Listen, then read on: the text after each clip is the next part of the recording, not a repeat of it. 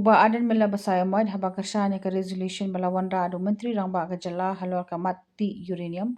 Ulo amadan kam ya ke jingmut ke bachisha jang baro ki MLA haba kershane ke ni ke resolution persha banti uranium. Uba Ardent ulapan kenma bahaga juk kesengi baka Sorkar jala kala Wanrah ke resolution mendawan ka Sorkar Pdeng man pentre kam no ke ILP ha ke jala ha no pra ah jaka khandai. Lawang no ke ketien khasi ban jantia na ka Bengal Eastern Frontier Regulation Act yang baka hukum jong presiden. Kumtaw lapan pa ka jing sngo lingo bali baka sarkar kam persya ya ka jing weng no ya ki tigi kintian na marloong baka ni ka presidential order ka long persya ya ka riti sinsyar ka ri India. Dena takadaw loong badan kam ya ka rai ka basisya habawan ra ya ki resolution ki bakta ya ka jat penribat ya ka jela. Ulo ong ru bakum no ka sarkar kan net ada ka sarkar Pdeng karon kam shisha ya uranium. Lapan kan mauru ba menteri rang badu kari ulawan ra ya ka program Viksit Bharat ha khatwai trik banai no pra 8,000 phulai ka bade ka jingtmu bandra dingkhong ya ka jingduk ban penlong ya ka India ka babyang lut na dong hadong naladi hi ha ka jing start jong ka technology ula ongru ba ka India ka don kam ban penlut chibun ha ki board jing start technology khanang banla man bet thong bat ki wei pat ki ri jong ka parthai kumta ula ong lamar ka ni ka thong bo menteri rang badu ula bu ka Sorkar Pdeng kanile ban yo ti be yo ti mat po khando na ka jala watha Pdeng ka te ka resolution pala pha da ka Sorkar jala kumta uba Ardent ula ong ba ki MLA ki de ban pular haladi ba da lele ki na maila da ka Sorkar Pdeng ba kan ti ya uranium bat palada ka yo ban ti ya uranium ka de ban long halo ka ban yap jong u. As I stand here to make my submission on this resolution, I am also reminded about the resolution passed by this August House by the previous government, MDA1, in 2019, and that resolution is for the implementation of ILP in the state of Meghalaya. And I'm sure that no one is aware about the status of that resolution. And we have not seen that there will be any official communication from the government of India in response to that resolution. Therefore, sir, there are some questions that I would like to revolve my submission in this discussion. So, my question is, what will be the fate of this resolution? Because though we support wholeheartedly, we are with the government on this issue, and let me also bring to the notice of this August House, I was only convinced against, about the danger of uranium mining only after I made a private visit to Jaduguda. Before that, I don't have the courage to speak anything on this issue because I'm not an expert. So I feel that seeing is believing. So I was made to believe that Jaduguda has become a ghost town, a ghost village. And there was an argument in those days between the pro-mining group and the anti-mining group. So I made a private visit to Jaduguda and find by myself that, yes, this is not safe for the state to allow mining of uranium. Because I have seen how the people suffers different kinds of diseases. It really touched my heart when I see that people are lying in their beds for years altogether because of the effect of this mining of uranium. So I returned back to the state and openly made a statement that I will have to stand against the mining of uranium. So I became one of the main opponent against the mining of uranium. So, sir, therefore I feel that a sincerity on the part of each one of us is the most important thing when we discuss about this resolution. As I said, I don't know, coincidentally, that when the government of Meghalaya, MDA1, adopted a resolution to demand from the government of India to extend the implementation of ILP. It was on the same day that a presidential order also came up, where it removed the word Khasi Jaintia from the preamble of the Bengal Eastern Frontier Regulation Act. So I wonder why the government of that time never protest or raise any objection against this presidential order, because this order is unconstitutional. If you go to Article 372, Clause 3, and this article speaks about the continuance in force of existing laws and their adaptations. What kind of rules or law that the president can adapt? 3, it mentioned that nothing in Clause 2 shall be deemed. Let me read the Clause 2 first, sir. For the purpose of bringing the provisions of any law in force in the territory of India into accord with the provisions of this Constitution, the President may by order make such adaptations and modifications of such law, whether by way of repeal or amendment as may be necessary or expedient, and provide that law shall, as from such date, as may be specified in the order, have effect subject to the adaptations and modifications so made, and any such adaptations or modifications shall not be questioned in any court of law. That is Clause 2. And Clause 3, nothing in Clause 2 shall be deemed, A, to empower the President to make any adaptation or modification of any law after the expiration of 3 years from the commencement of this Constitution.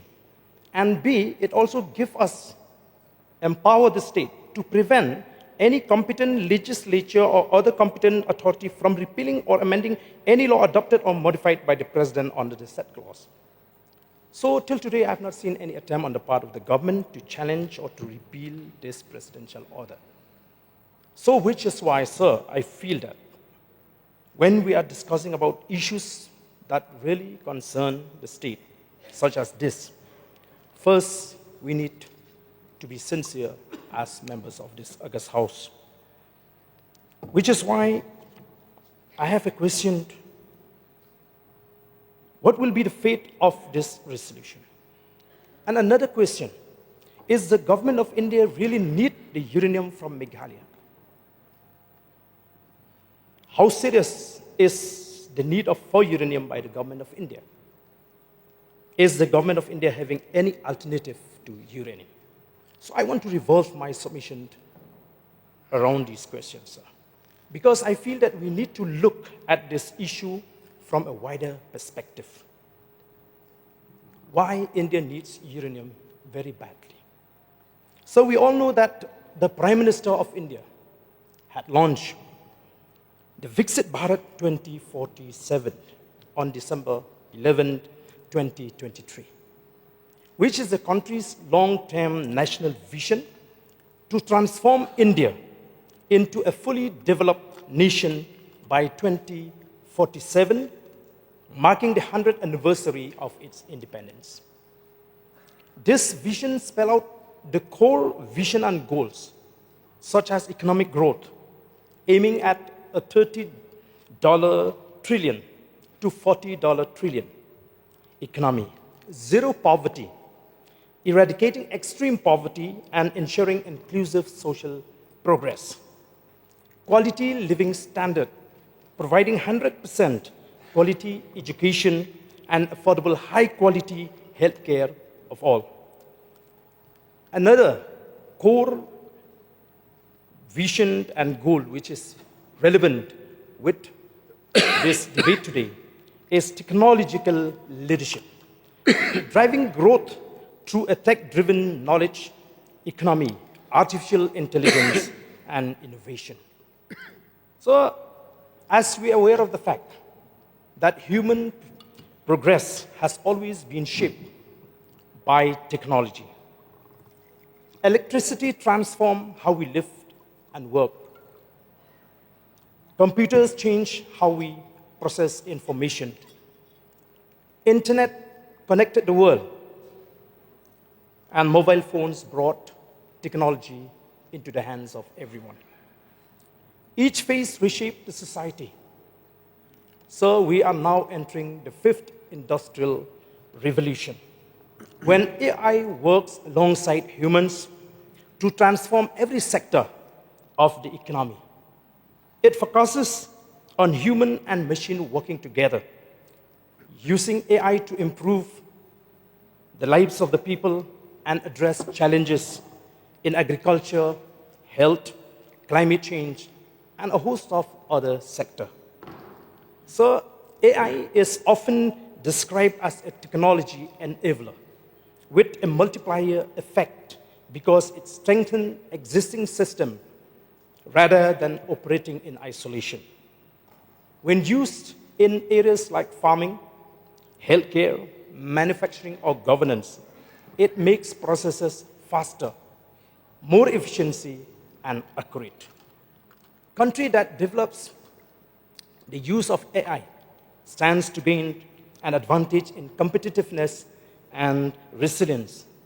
In this sense, AI is becoming a capability that strengthens the nation and improves the lives of the people. So it is understood that AI has 5 layers of stack. The first layer is known as the application layer. The second layer of stack is the model.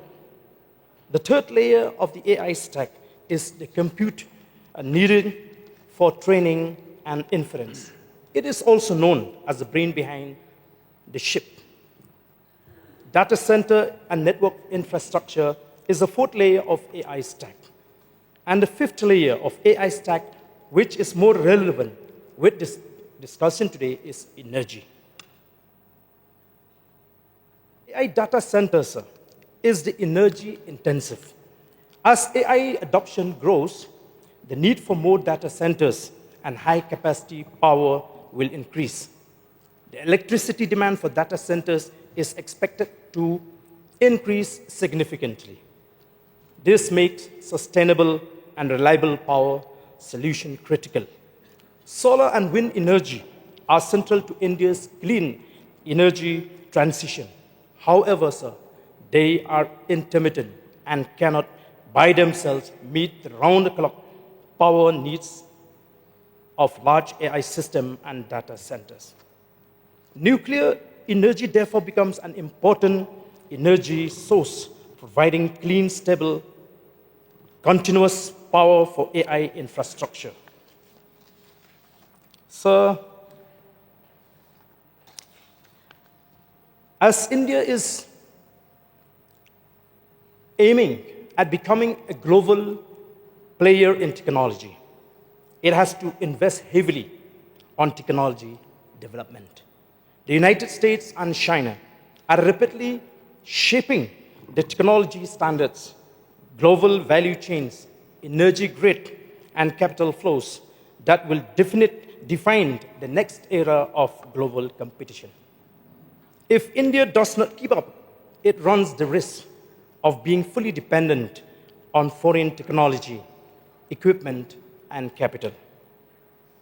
So let me bring to the notice of this August House. In AI alone, the United States is committing $5 billion, which is equal to rupees 45 lakh crore annually across public and private channels to artificial intelligence, advanced computing infrastructure, data centers, clean power, and associated supply chain. China is investing $100 million, which is equal to 9 lakh crore or more annually in AI and adjacent frontier technology alongside sustained investment in clean energy. So India can reach the global competitiveness frontier without massively hiking investment in frontier technologies. And AI is one part of the picture. India must also invest in quantum computing, biosciences, space technologies, advanced materials, and both fusion and fission energy.